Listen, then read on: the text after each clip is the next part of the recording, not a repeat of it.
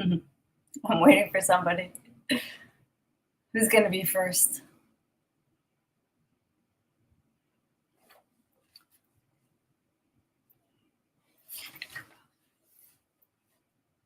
I see one person.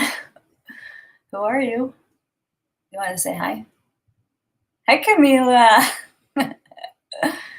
Thank you so much. Hi, Irma. Good morning. Boker Tov. I'm back. Hi, Nelson. Hi, Chase. Hi, Steven. Here we go. Here we go. Let's give it one more minute, guys. It's going to be epic today. Epic class today. Epic. Mamish on par with, remember that time we announced Mashiach? Like that. Today's going to be like that. Remember that time I traveled to Mashiach's house and met him? Rose and Nira and Aleph and Malachi and the whole crew. Thank you, Chase. It's good to be back. Hi, Sydney. Sydney. On the clock for Torah. Around the clock. Sydney. Okay, let's go.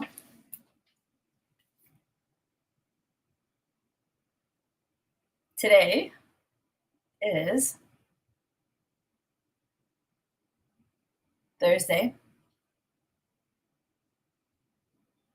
June 12th, and we are smack in the middle of the greatest story Hashem ever told. And it keeps getting better. You just have to trust me. As I'm sitting here now, I'm not the same person I was 2 weeks ago when I left. And it would take me 1,000 years to tell you everything. But I want to keep it to an hour. Hi, Des. Des. Hi, Kim Johansson.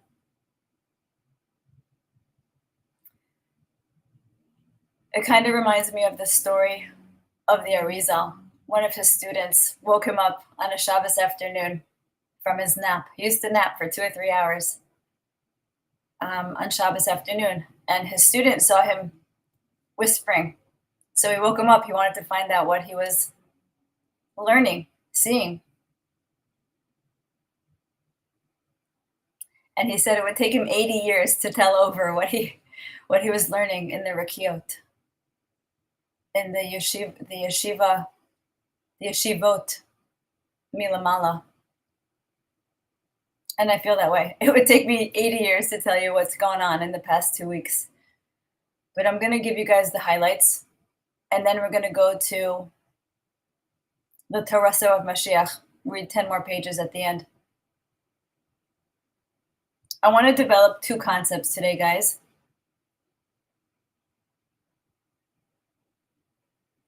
The first concept being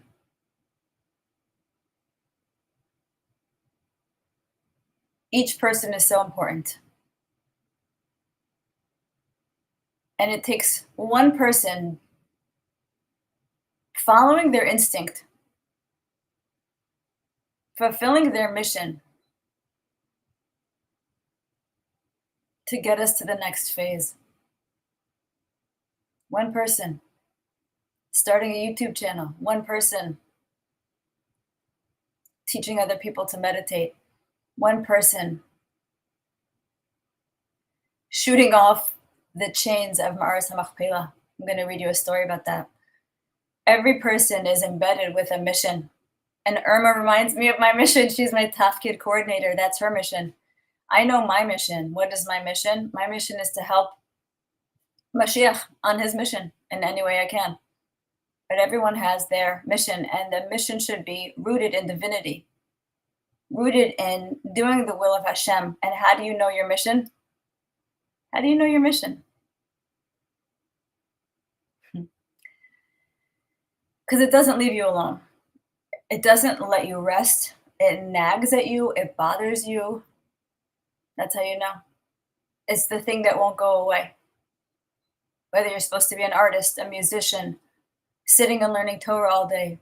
Thank goodness Yira knew his mission and committed himself wholly and fully to it.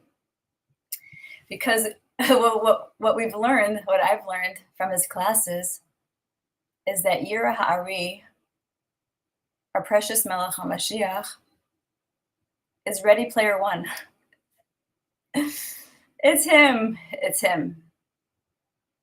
He's the central character of this plot, of this greatest story Hashem ever told.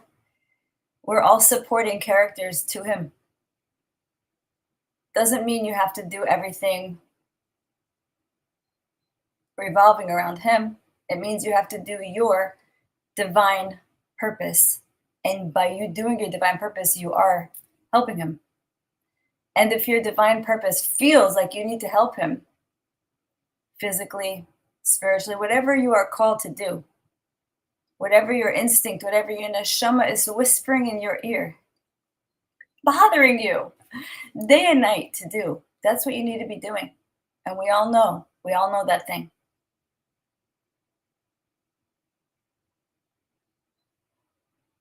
So that's one idea. It just takes one person doing their mission to get us to the next phase. And this ties into the next idea I want to develop.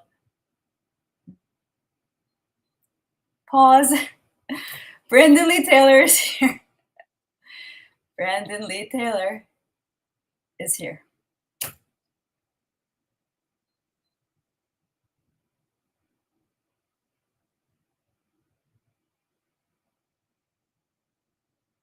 Brandon Lee Taylor. I will never say your name the same again.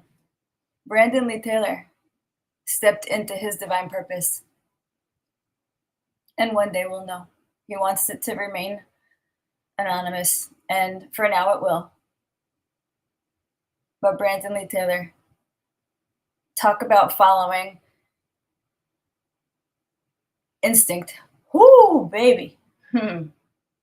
You are the son, the precious son of John and Dina Taylor out there. Shout out to you guys for raising one hell of a son. Wow. Brandon Lee Taylor. Hey, Eileen. Hey, Irma. Hi, Ray. Hi, Alan. Okay, so the second idea that I want to develop is how prophecy in the Bible, in Zohar, wherever you find prophecy, the wording is very grandiose. The wording is very esoteric, very sounds like up in the sky, highfalutin.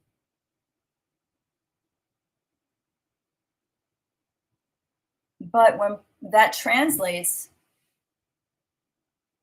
down here, it looks very regular. It looks like everyday life. That's what I've come to realize. Prophecy fulfilled. Looks like me and you doing stuff.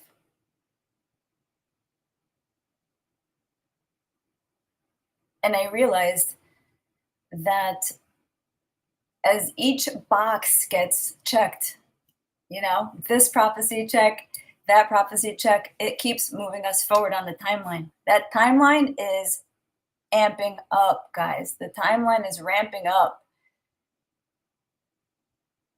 We're on warp speed, as Donald Trump said, Operation Warp Speed.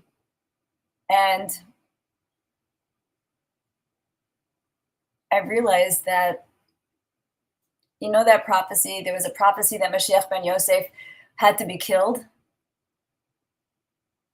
Well, he did get grazed by a bullet in his ear. This is what I mean. The prophecy, we're yotze. There's a Hebrew word that we say in Judaism, we're yotzes on.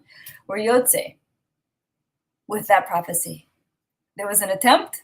He lived. Done. Check. Fight, which is a Q drop from April 25th, 2018. A Q drop said fight, fight, 5 years, no more. 6 years, 7 years before that event. What does that tell you about a scripted movie? What does that tell you?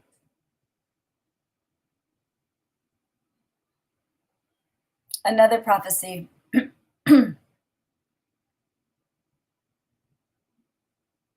Maitreya, the Buddhist equivalent of Mashiach, Maitreya, will be born in the heart of the earth in the 1990s.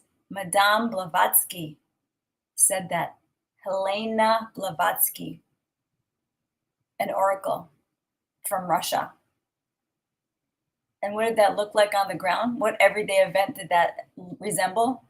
It looked like Yura's mom giving birth to him in the heart of the earth in Hawaii. He was born in Hawaii.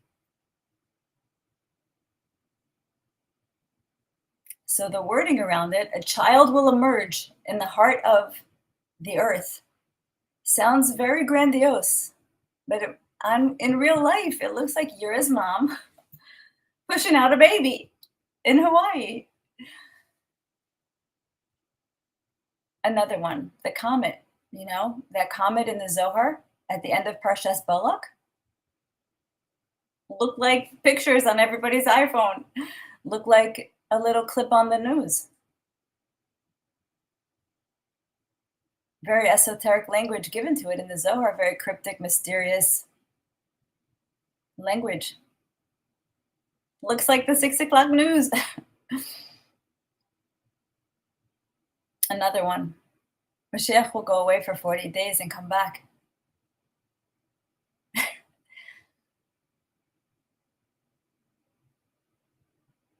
What does that translate to? What did that translate to?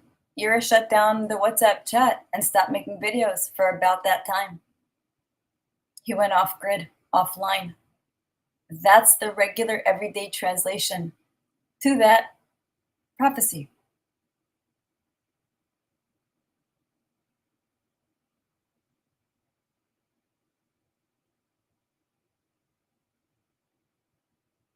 The one that I took upon myself, it chose me. It kind of chose me. My husband's best friend from childhood was making a wedding in Israel last week on this day, last Thursday, a week ago today. My husband decides we're going. I was like, okay, I'll never say no to a trip to Israel. I didn't plan it. It came to me. What else came to me? Shortly thereafter, the idea. Let me order 10 books and take them with me and plant them all over the north of Israel. My favorite place is Tiberia, Hashem knows. The second I go over the hill and see the Kinneret River, I'm home. I'm home. My soul is at home. Hashem gives me the idea, take his books, and Yura finally makes a book that's not 10 pounds.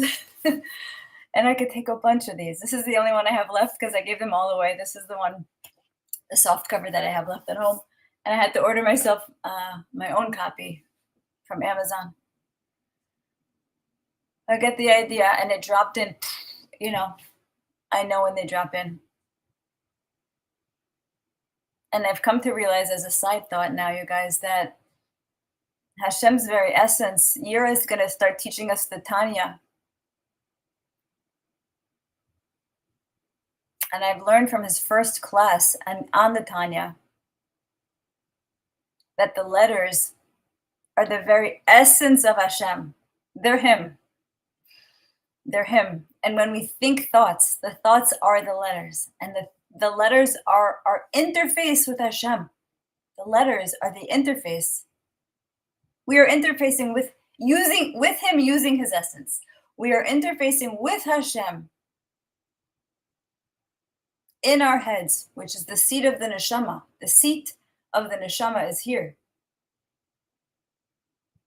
The seat of the nefesh is here. So when you're contemplating Hashem, using words which are his very essence, you're making Hashem a home.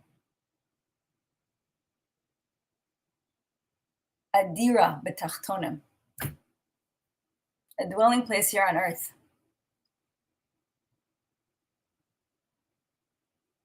So be in conversation with Hashem all day. That's what I do. I'm talking to him all day. It makes him so real. He'll give you the stupidest signs that you know he's in there with you. You'll know. He'll make himself known. He'll flirt with you.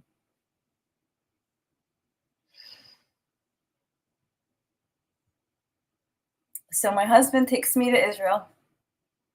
I go with a suitcase full of books and a mission. Instinct. I'm operating on instinct. And I plant those books, which are the very mochen, which are the very da'as of Moshe Rabbeinu, otherwise known as Yira Ha'ari, in this generation. And I take his mochen and I take his soul, the contents of his soul that he puts down on paper, and I plant those bad boys everywhere I could. At the kivrei tzaddikim, at the graves, at the tombs of all the righteous ones who came before, who longed for this time, who longed to see Mashiach. I took Mashiach to them. And it was the most fun I ever had. It felt scandalous. Felt like I snuck him in.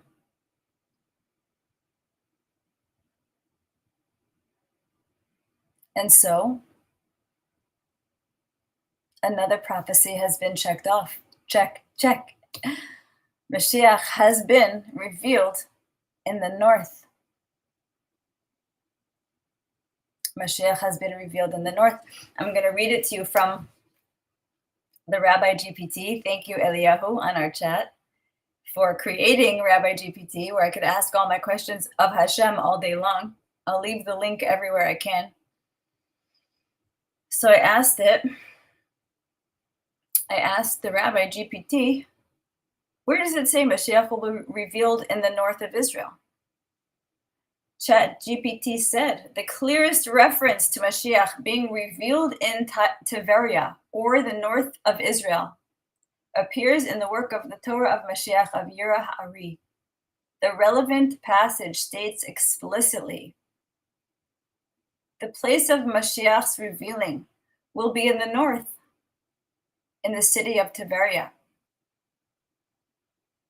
And the north will stretch forth toward the south until it encompasses Yerushalayim.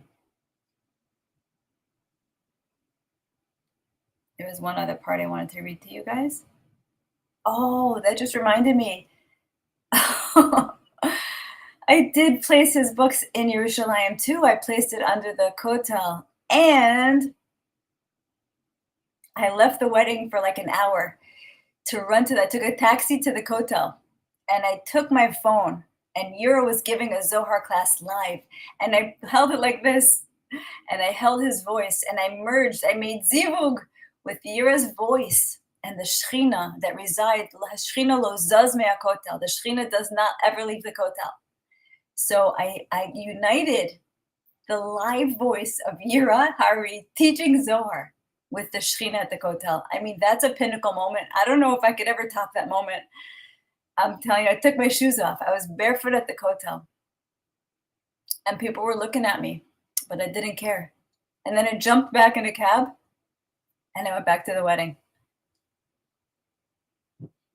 I'm telling you, this trip was crazy, you guys. It was crazy. I was just following every instinct that wouldn't let me rest.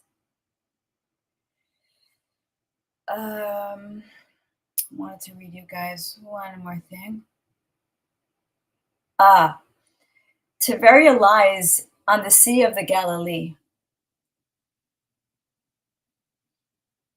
which equals Bina, which equals the womb of Mashiach. So when it says Mashiach emerges from the womb, it's talking about the Kinneret River, because she symbolizes Bina. Okay. There's so many things I want to show you and play for you. The next thing I want to show you is the most amazing story that I never heard before. Rabbi Ben Packer of the Heritage House, he runs the Heritage House in Jerusalem, among other stealth operations that he oversees. I'm going to show you what he told us, the story that he told us.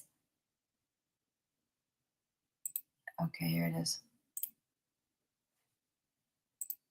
Can you guys see that? Yeah.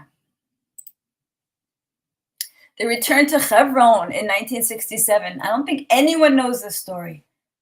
Who was the first Israeli to return to Hebron in 67? The Muslims in control of the cave of the patriarchs refused to permit the Jewish people into the cave of Machpelah.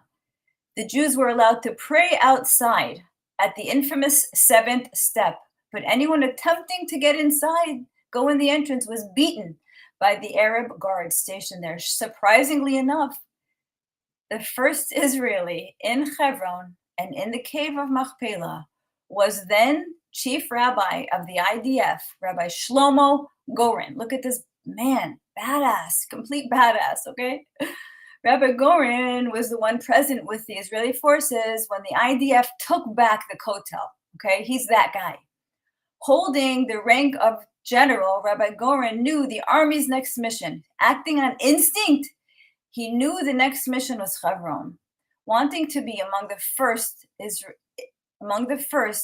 Israelis in the ancient city of Hebron of the patriarchs, he joined the armed forces stationed in the recently captured Etzion block on their way to Hebron. On the night of the 28th of Iyar, before retiring for the evening, he requested to be awoken when the soldiers began to march to Hebron. The next morning, he woke up to find himself alone with his driver. Realizing he'd been quote unquote left behind, he ordered his driver to begin the 20-minute journey to Hebron, fully expecting to meet the rest of the army already on their way. Rabbi Goren thought it peculiar that he hadn't encountered any other Israeli soldiers on the road as he reached Hebron. He thought to himself, surely the Israelis already finished the job of marching on Hebron already. Driving into Hebron, Rabbi Goren was greeted by the sight of white sheets hung from rooftops and windows throughout the city. He was astounded. He understood. Because in the summer of 29, the Arab residents of Hebron massacred, butchered 67 Jews. And in 1967, the Arabs of Hebron were very plainly terrified of Jewish retaliation. So they did not fire one shot. Instead, the Arabs hung white sheets from windows and rooftops. Rabbi Goren quickly made his way to the Ma'aras HaMachpelah. Finding the huge doors bolted, he tried breaking in by shooting at the lock with his Uzi. Finally, after getting into the Ma'ara, what did he do? What did Rabbi Goren do? After blowing off the lock, he blew the shofar, as he had done 24 hours earlier at the Kotel. Only afterwards did Rabbi Goren discover that when he left the base at Etzion block, the rest of the forces were on the other side of the hill, making plans for the attack on Hebron. They did not know. Those soldiers had no idea that the Arabs would surrender. In other words, Rabbi Goren, a single Israeli soldier, single-handedly conquered a city of 80,000 Arabs. See, guys, one person acting on mission, acting on instinct, can do miracles, can advance the timeline. Jews returned to Hebron and to Ma'aras HaMachpelah. What did he do? He hung an Israeli flag outside the cave and brought a Sefer Torah inside. The next day, he received a telegram from Moshe Dayan, Erev Rav, Mamash Erev Rav. It read, take down the flag and take out the Torah. And everyone who enters must take off his shoes because the building is a mosque. Rabbi Goren sent back a telegram saying the Sefer Torah is Kodesh, holy. It stays. The flag means to me what it means to you. If you want to remove it, you do it. I will not touch it. Dayan sent an officer to Hebron to remove the flag and the Torah. On the way back to Jerusalem, the officer was killed in a car accident. Dayan then rescinded his order to remove shoes in the cave. This story was told to a group of people by Rabbi Goren in Kiryat Arba about 8 months before he passed away. That story blew my mind. One person can change the world. All of us are in supporting roles of the main player of Mashiach. I want to play a few more videos for you guys. I have so many to play, but I know we don't have that much time. But these are important concepts. And even if we don't have time for the reading today, we'll do the reading on Monday. But I want you guys to take this in. This is so important, so foundational for all of us. So exciting. Let me go to my Google Drive. Okay, let me first show you the fight. Let me see if this will open. Okay. There we go. This is what a Q drop looks like for anybody who doesn't know. This is like they like started showing up on 4chan, on the dark web in 2017, these military drops that nobody knew what they were until people started realizing that the military was including the civilians in their plan. They were letting us know very cryptically, much like the Zohar, what was going on, what the military was doing to save the world. So look at this date, April 25th, 2018.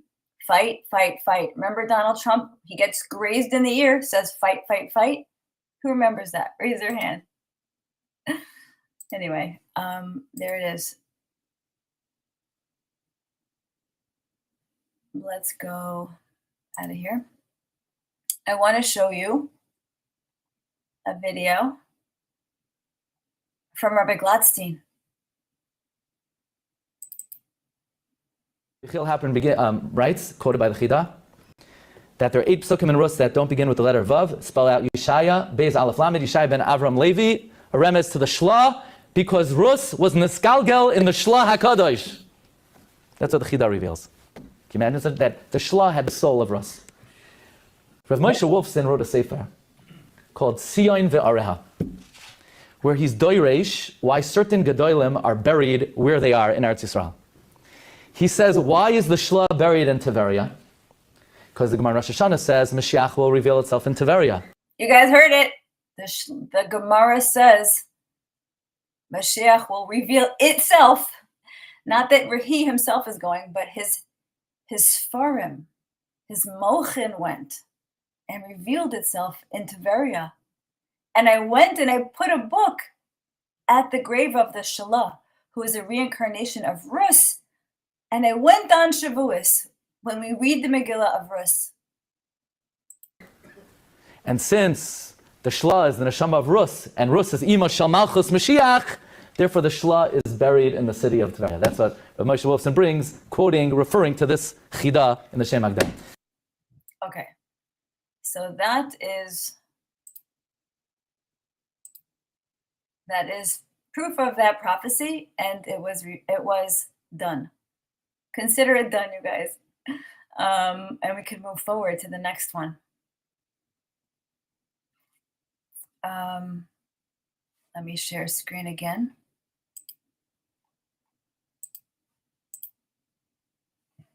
Get out of here. Okay. I want to play for you guys a clip from Rabbeinu Yira Ha'ari from his most recent Zohar class, talking about Mashiach being the main player. And so it says, the firstborn, referring to Mashiach, has an added virtue and advantage in everything, and it depends upon his actions. And this is where our sages said that the entire existence is dependent on Mashiach. The entire existence is dependent on Mashiach. When Rabbeinu Yira speaks, I have to pause him every 5 seconds to process what he just said, because he is yesh moach. He is so compact. Every sentence he says reveals worlds of information. In fact, the entire existence was created for Mashiach, is what our In fact, the entire existence was created for Mashiach. sages say. Because he ends up becoming the centralized figure that forces the play or the story to progress forward. Where it's like watching a film, and there's a certain character in the film that perpetuates and pushes forward the plot line of the story. This particular character is the Mashiach character. Thus it says, and it depends on his actions. So he has an advantage of everything, and it depends on his actions. Hence the Holy One Blessed be he said, if you do well, shall you not be accepted? And if you do not well, sin crouches at the door. This refers to the two endings. There are a variety of different endings between the Mashiach, and we know this because how does Mashiach arrive? Is it on the wings of an eagle? Is it on a donkey? Is it on a cloud of glory? When the sages mentioned that he could come on a cloud of glory, or that he could come on the wings of an eagle, or that, and all of these are great illusions. I mean, from whence do we know that is the wings of an eagle? Shlomo Melech was said to fly on the wings of an eagle. What do you mean on a donkey? Well, this is Mashiach ben David who hints to this. Another one who's this on a cloud of glory. Well, what is glory? Glory is the throne of glory. Who sits on that? It's the Atik. And that refers to the Atik timeline. Atik timeline, baby. So there are different endings, and you should not think for a millisecond that there aren't different endings. Did you guys hear that? All the different endings are coded in to this game. All the potentialities are coded in. And the actions of each individual is continually causing this malleable timeline to be in flux. We are constantly reaching, all of us together, for the highest possible timeline for humanity. Not everything is set in place, and Shlomo Melech testifies to this. He says, and everything that will be has already been. That is to say that the entire spectrum of potentiality is already accounted for. And how we decide to navigate the spectrum of potentiality is incumbent on our choices. Yeah. We choose actions every day, and dependent on those actions will determine which timelines we manifest. Yeah. Thus it is written, you are my partner. And that means we are partners and active co-creators with the Holy One, blessed be he. And we do this by our choices every single day, by realizing that your choices animate existence. Did you hear that? Your choices animate existence. The timeline that's going to come into play is because of the choices each one of us make every day. Because when you choose to perform an action, you animate the underlying thoughtless light of existence, which then causes existence to become. This happens for whether we choose to do it or not to do it. Not choosing is also choosing. Yep.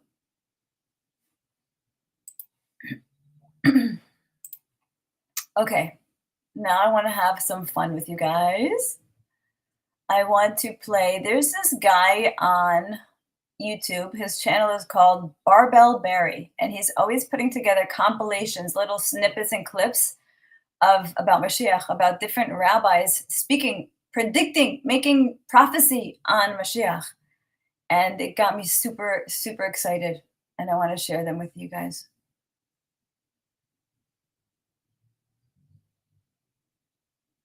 Let's go here.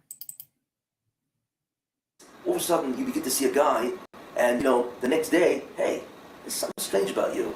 You see, and the next day, what's happening here? He's a guy that walks in. He will be emitting a force, a ruchnis that is so powerful. Everybody will be drawn to him. Yes, he does. I've been to his house. He does emit a force of ruchnius that I've never experienced before.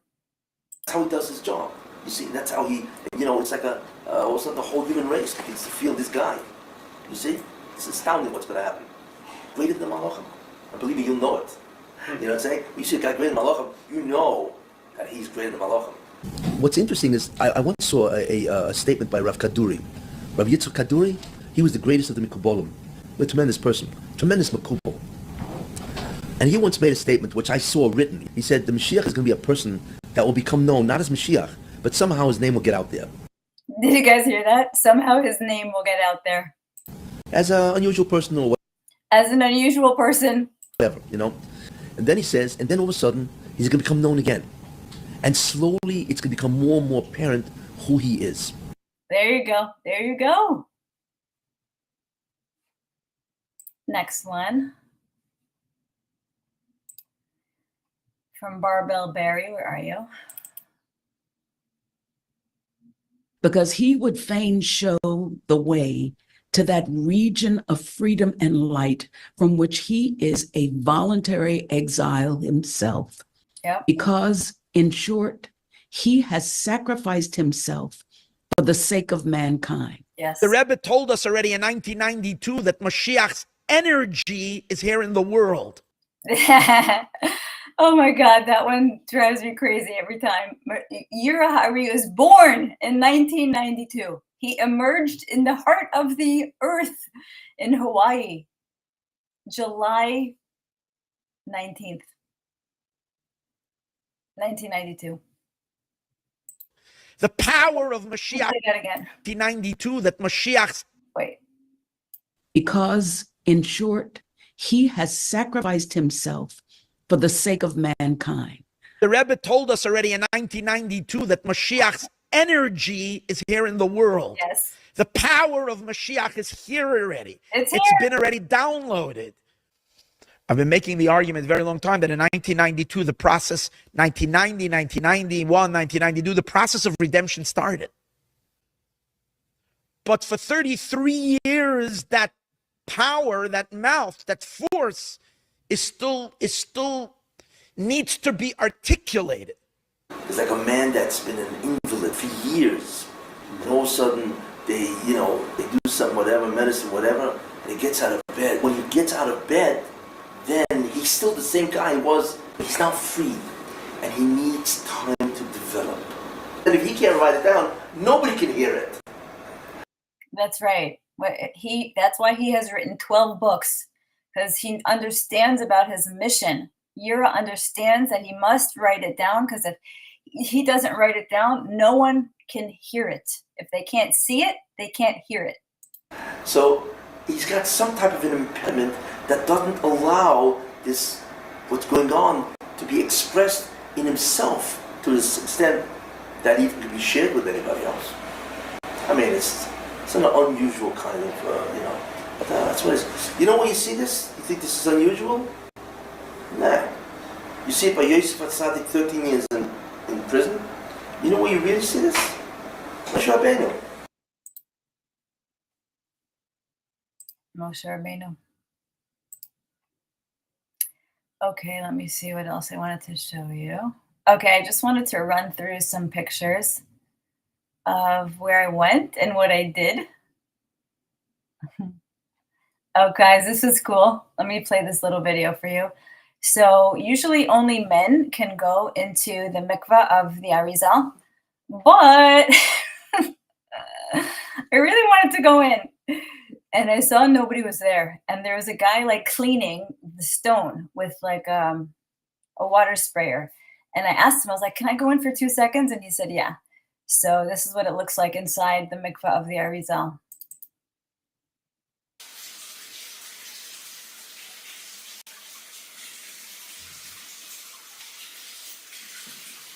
Here are the steps going down. Cool, no? Okay.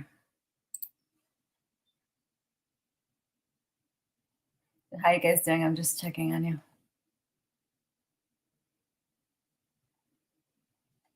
Okay. Okay. Let's look at some pictures together. Hold on, hold on. Okay.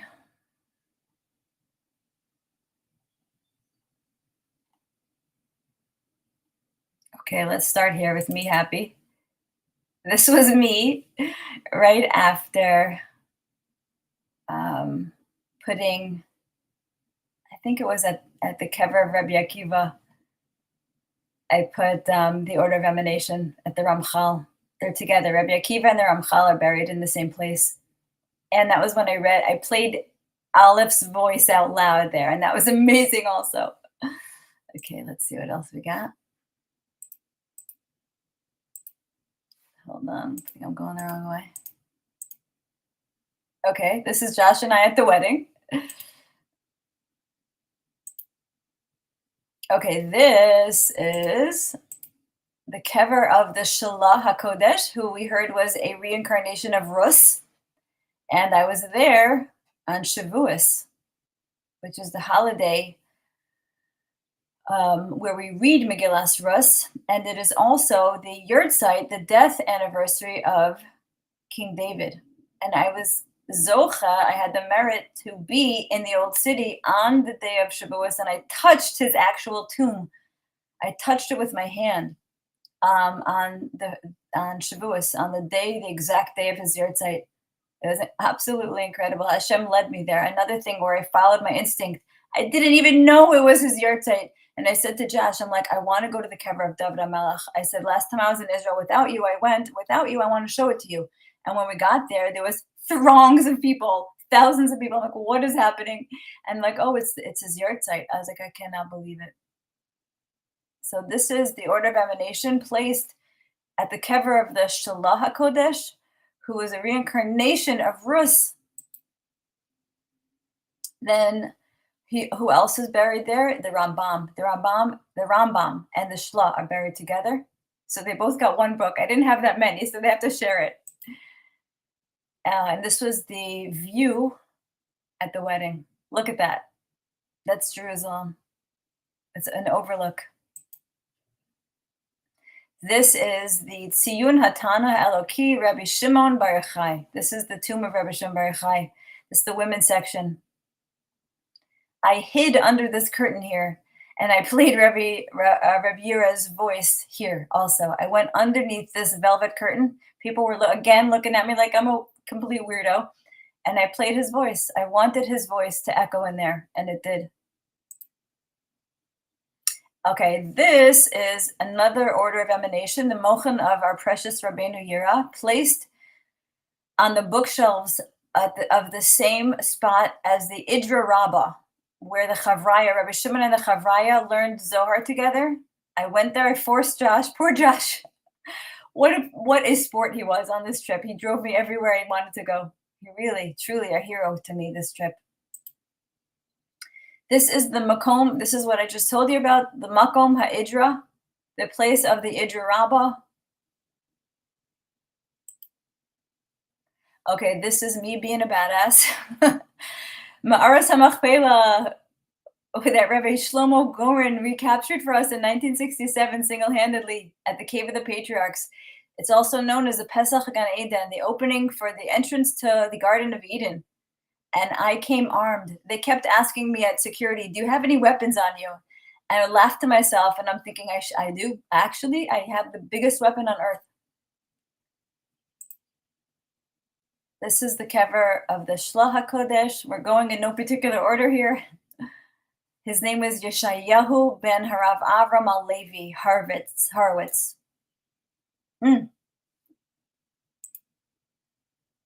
Oh, this is a video of me putting the books in the kever of Rabbi Shimon Bar Yochai. I took one of Garment's precious translations. I took the Mochen of Garment and I placed them here as well.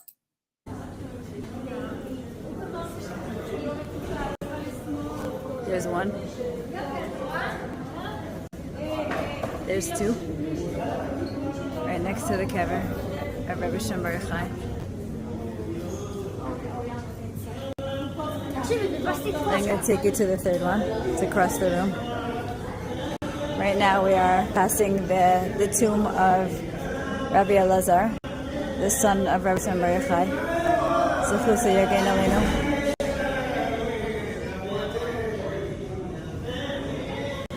And I'm making our way to the last one.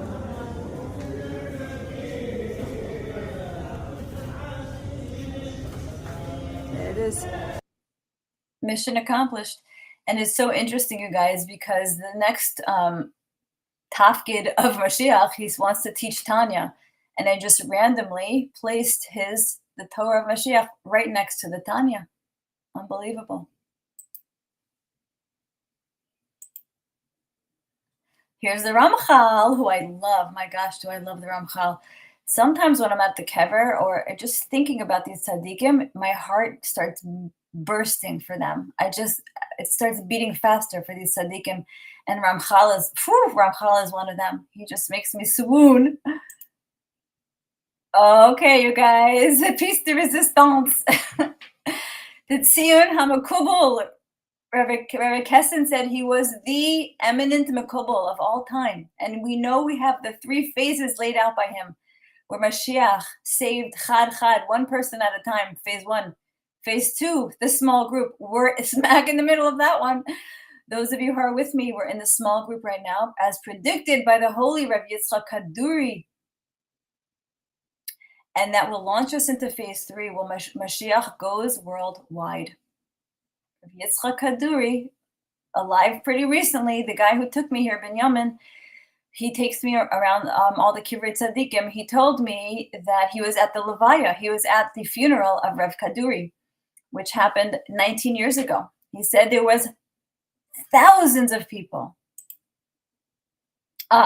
This is what I love about Israel. Okay, earlier in the day, I was on a Zohar call, one of Aleph classes, and in the Zohar it had said, "Bayom hahu yihi Hashem echad u'shemo echad." And literally driving on the highway in Israel, this is what you're going to see: "Bayom hahu yihi Hashem echad u'shemo echad."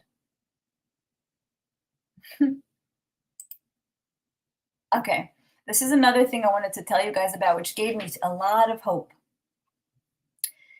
Scattered all around the old city of Jerusalem is this stealth counter campaign happening. These little signs everywhere, plastered, stuck everywhere. I don't know who's doing this, but whoever you are, thank you. Because it is reminding us that we will not understand or see Mashiach without the Zohar. Why is that? You guys know already. Because Mashiach speaks Zohar.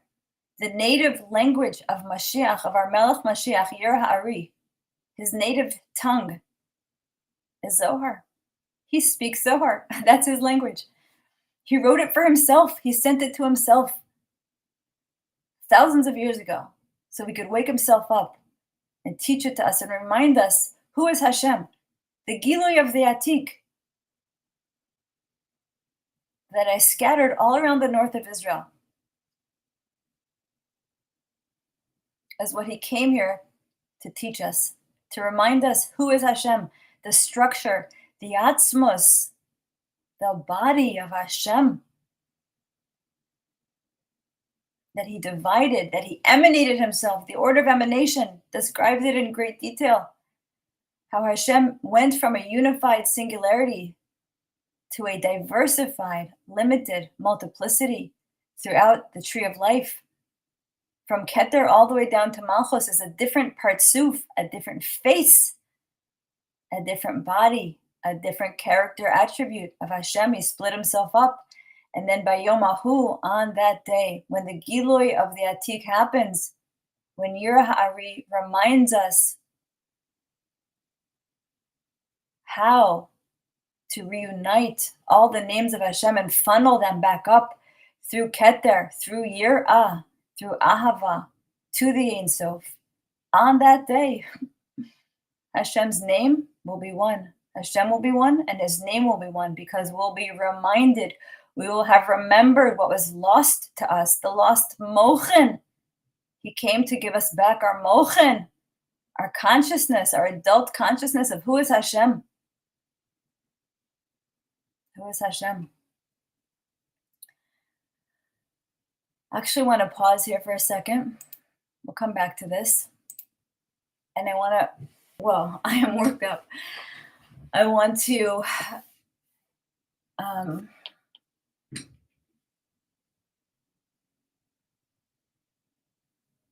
tell you guys about a download that I had.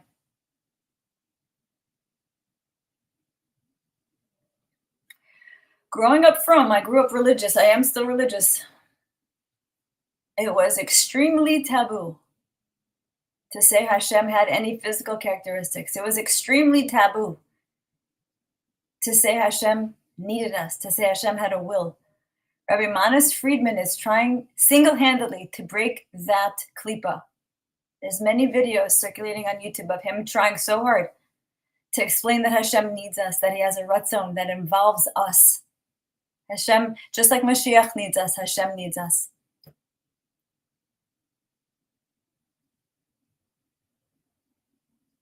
So it's a fifth derangement syndrome that I came to understand. And what is it?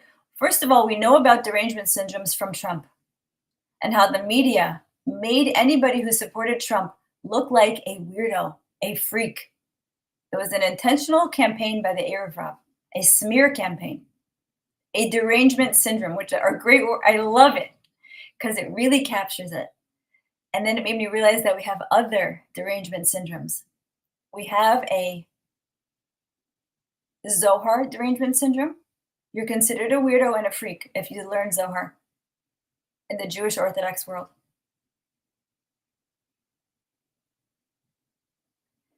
And human beings are terrified of looking like weirdos. They really know how to manipulate our consciousness. They know us. So there is a Trump derangement syndrome. There is a Zohar derangement syndrome. There is a Q derangement syndrome. The media maligns. There's a smear campaign against Q. There is a Jesus derangement syndrome. You say Jesus in a room full of firm people, religious people, you will clear that room out in 2 seconds. You scream Jesus, they go running.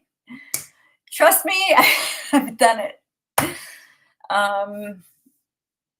This fifth derangement syndrome is an anthropomorphism derangement syndrome, where they will call you kofar, they will call you apikoros, they will call you heretic if you say Hashem has physical attributes, if you ascribe any physicality to Hashem, or even emotional physicality to Hashem, emotional attributes, you'll be called kofar. But that exact thing is the lost Torah. That's the Gilui of the Atik. I asked this to Yira. I'm like, Yira, you're like, each one of these spheros, is there like an actual like image of Hashem? Is there like an actual like being there? An incarnation of Hashem there? And he's like, why do you think they're called partzufs? He's like, each one has its own partzuf.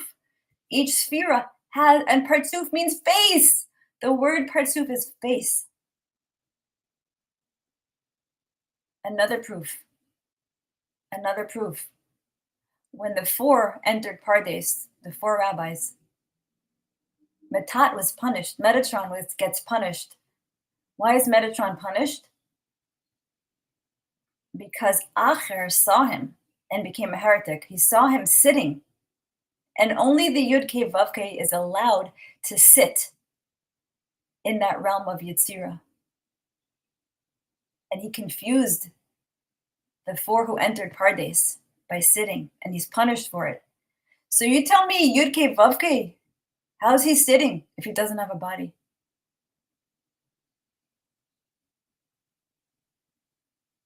Okay, so I'm here also to bust that myth, that derangement syndrome, the anthropomorphism derangement syndrome, where they don't allow you to say Hashem has hands and fingers and attributes, because he emanated himself all the way down the tree of life.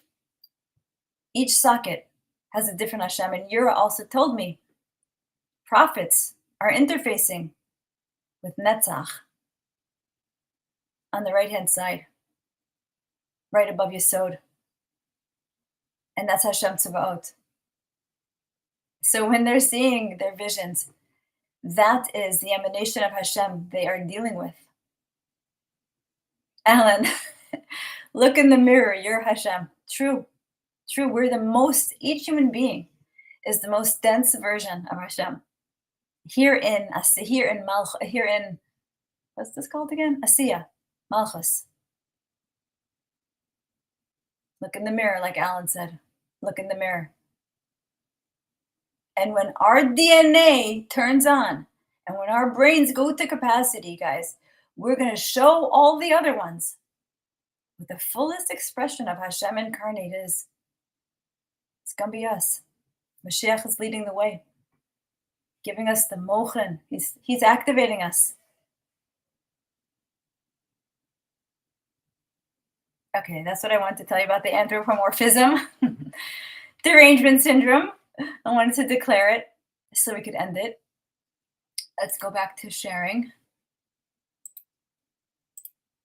Okay, so this is a campaign.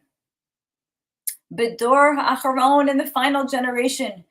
Bishvil hamisaskim, those who are engaging b'chibur hazohar, in learning Zohar together. Yiskale Malka Mashiach, will reveal King Mashiach.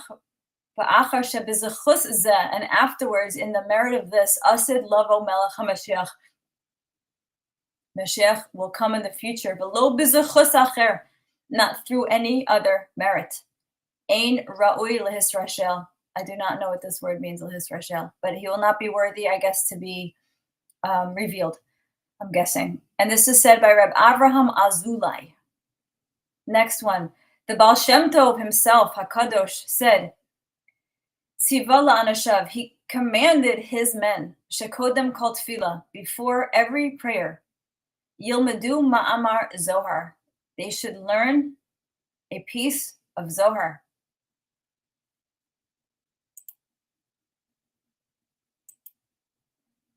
Oh wait, I think I'm going the wrong way. No. Is that devils? Okay, this is the cave. Inside the cave of Rabbi Meir Baal HaNes is also buried Rabbi Shimon ben Elazar. Another sign in the old city of Jerusalem. They're just plastered everywhere, you guys. This is the place of the Idra Rabbah, where Rabbi Shimon Bar Yochai and the Chavraya would sit and learn Zohar together. This is it. This is like between Meron and Sfat, like on some crazy back road. But my phone worked. I couldn't believe it. Something is different about the phone signals, you guys. I used to be in Israel and not have a signal anywhere, and now I have it everywhere. It's got to be like Starlink or something new in the world. Okay, this is Rabbi Wisdom telling me that Mashiach will disappear for 40 days, which Yura turned off his chat for about 40 days. So that prophecy is fulfilled. This is another picture of the Torah of Mashiach in the tomb of Rabbi Shimon Bar Yochai next to the Tanya. This is the tomb of Rabbi Shimon Bar Yochai from the outside. This is another sign that I loved in Tveria from my hotel window. It said, Achi Hayakar, my dear brother, Avinu Bashamayim, our father in heaven, Abba Shelcha, is your father. Just like right there in a building. Again, outside the cave of Rabbi Shimon Bar Yochai, on an abandoned looking car. I love this. I had to take a picture for you guys. Ahavas Yisrael, like love between Israel, he, Tavi, she will bring Es Hagoel, the Redeemer. And then this is the burial place of Rav Hamnuna Saba. He is up top, like you have to climb up 100 stairs at this hillside, and he's buried alongside Reb Chia. Reb Chia is another one who makes my heart beat faster. Reb Chia Ubanav. Rabbi Yehuda is here, Reb Chizkiah is here, Reb Hamnuna Saba is here, Reb Huna, Reish Galuta. Big place over here. And I left a sefer over there as well. This is the outside of the kever of Rabbi Meir Baal HaNes, all lit up at night. Where was this again?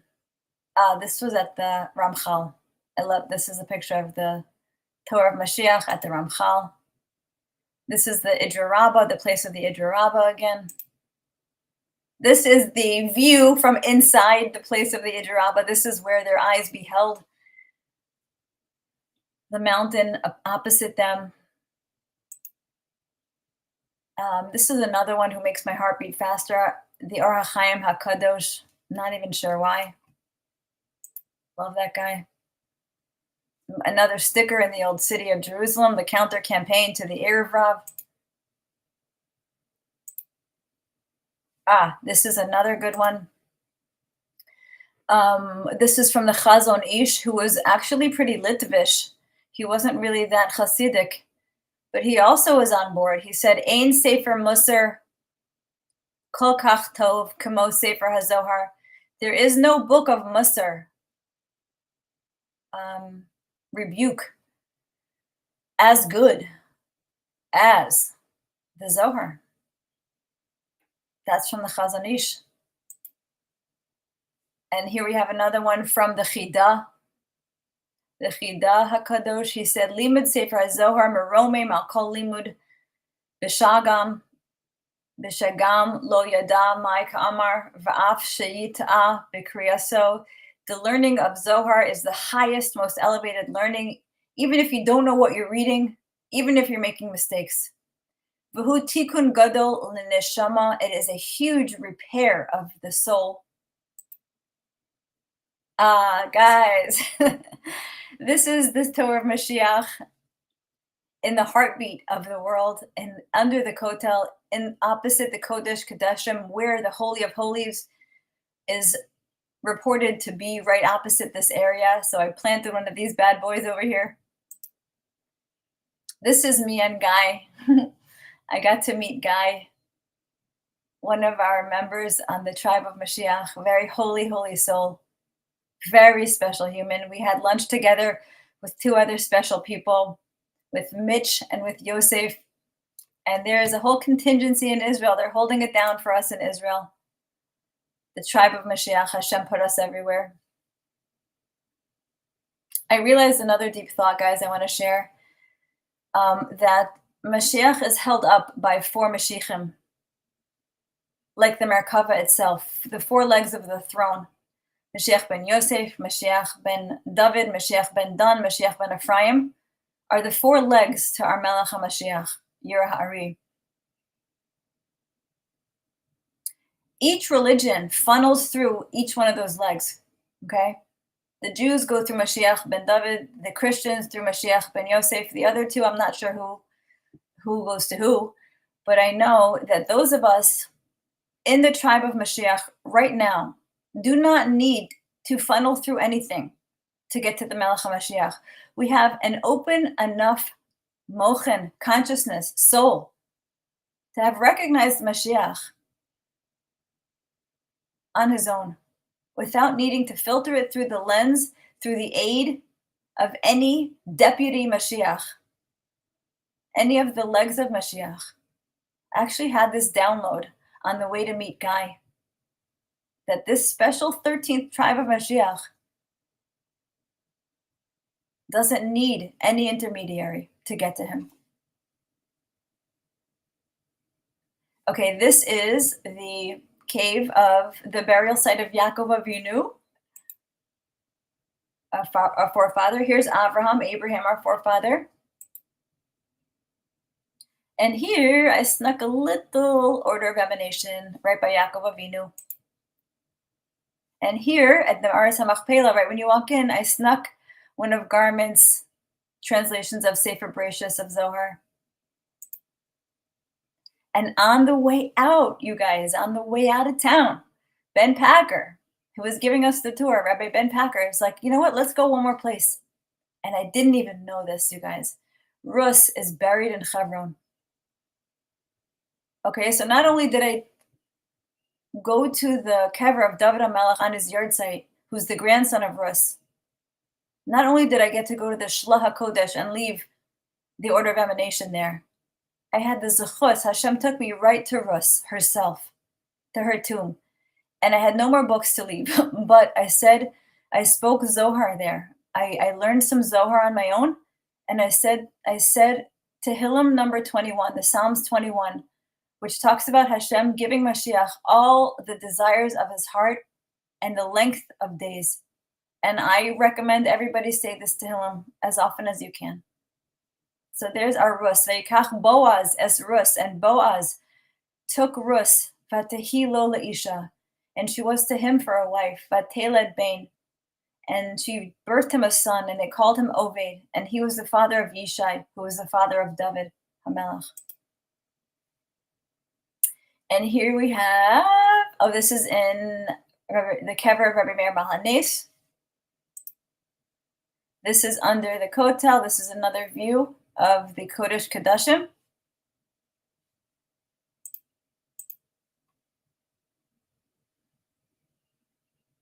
I can't get that writing, but that's what it says there. The Rashbi, Rabbi Shimon Bar Yochai, said, this is another sign in the Old City, Ein lecha davar shebe'olam she'omeid b'fnei teshuva klal. Okay, I'm not sure what he's saying there. I'm sure it was something good. Okay, Zehu, we did everything.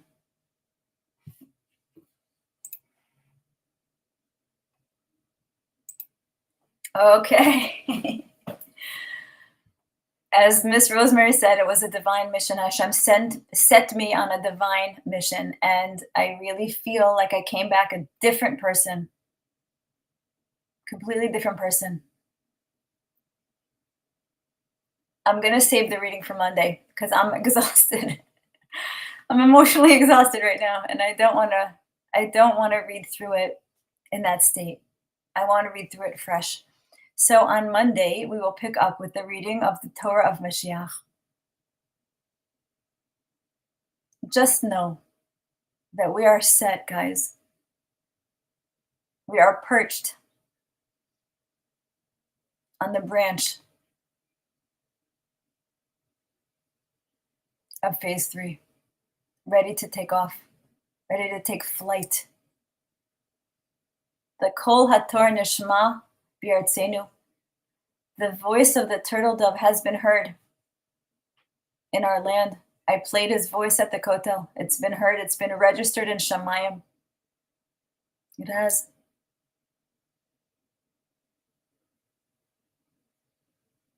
May we continue, all of us, to step into our divine purpose, to know it well, and to fulfill it more and more each day. And to be the most supportive we can be of our Ready Player One, of our main player, the Melech Mashiach Yer Ha'ari. Support him in any way you can, in any way that speaks to you. Share his teachings. Support him physically. Support his efforts. And also cultivate your own divine mission. Because you are the star of your own movie with Hashem. Mashiach may be the star of this whole movie, but each one of us has a movie that we are the star of with Hashem. Absolutely, yes. And may we continue to see boxes checked off, boxes of prophecy, check, check, check, check, all the way down the list, until we're all standing in Yerushalayim together, ki ish echad b'lev echad, like one man with one heart. I'll see you guys on Monday. Mwah. Love you.